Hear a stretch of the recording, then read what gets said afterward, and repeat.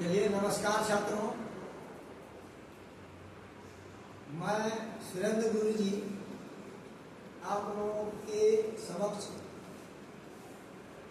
Bihar board का जो संस्कृत किताब है उसका एक सारांश सुना रहा हूँ। पाठ का नाम है वणिजा कृपणता, बनिया की कंजूसी। एक कंजूस बनिया की कहानी है। देखिए, एक बनिया थे, वह हमेशा अपने व्यापार के लिए, बिजनेस के लिए अपने गांव के बगल के शहर में जाते थे।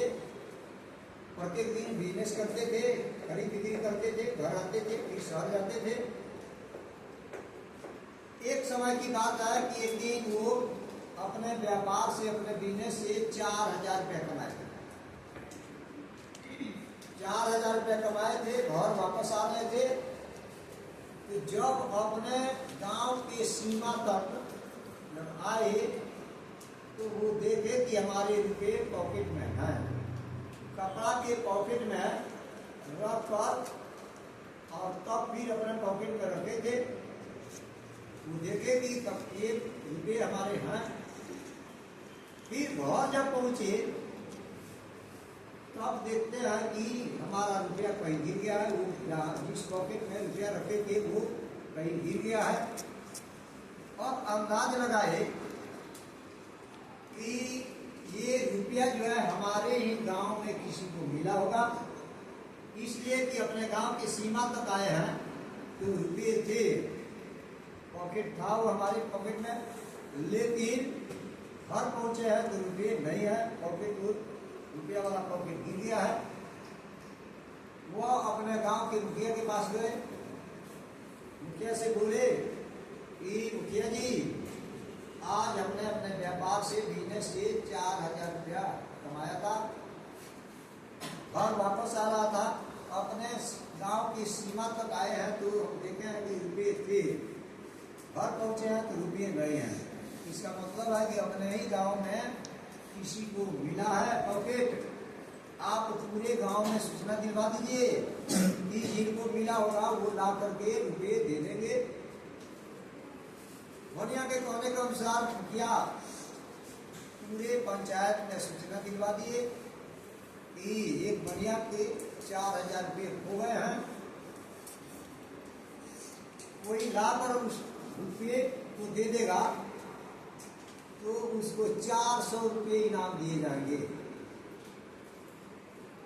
संयोग से एक वृद्धा औरत जो है, बूढ़ी माँ, मंदिर से पूजा करके लौट रही थी। वही पॉकेट जो है वो रास्ते में गिरा हुआ था रुपया वाला, उसको उठा करके घर लाकर रख दी। खोल कर नहीं देखी कि इसके अंदर है क्या। केवल वो पॉकेट मिला, ला करके घर पर रख दी थी। जब मुखिया के सूचना को सुनी तो अंदाज लगाई कि हो सकता है कि जो हमको मिला है पॉकेट वही तो हो सकता है। वह पॉकेट को उठाई, मुखिया जी के दरवाजे पर चली गई और मुखिया जी से जाकर बोली कि मुखिया जी, आपका सूचना मैं सुनी हूँ तो ये पॉकेट ला करके आपको दे रही हूँ। इस पॉकेट के अंदर क्या है मैं खोल कर नहीं देखी। मंदिर से मैं पूजा करके लौट रही थी तो ये पॉकेट हमको रास्ते में मिला है, ये आपको ला कर दे रही हूँ। अब जिस व्यक्ति का तो रुपया बुलाया है उनको बुलवा करके दे दिया जाए, पूछा जाए कि यही पॉकेट है कि नहीं है। मुखिया जी उस वृद्धा माँ को नमस्कार प्रणाम किए ईमानदारी पर, ये बहुत ईमानदार है। वहीं पर वो बूढ़ी माँ थी। मुखिया जी अपने गांव के, अपने घर के नौकर को भेजे कि जाओ और उस बनिया को बुला कर लाओ। नौकर गया, उस बनिया से कहा कि आपका रुपया जो है मिल गया है, आप चलिए मुखिया जी के दरवाजे पर रुपया लेकर आइए। बनिया जब सुना कि हमारे रुपये मिल गए हैं, दौड़ते हुए आया मुखिया जी के दरवाजे पर। मुखिया जी पूछे कि ये पॉकेट जो है यही है तुम्हारा?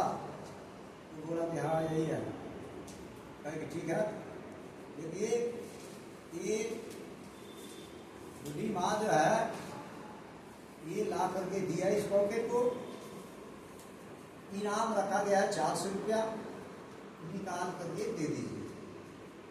अब वह बोनिया जो है दिमाग लगाया कि हमारे रुपये तो मिल ही गए हैं, कौन सा दिमाग लगाया है कि रुपया इनाम वाला नहीं देना पड़ेगा।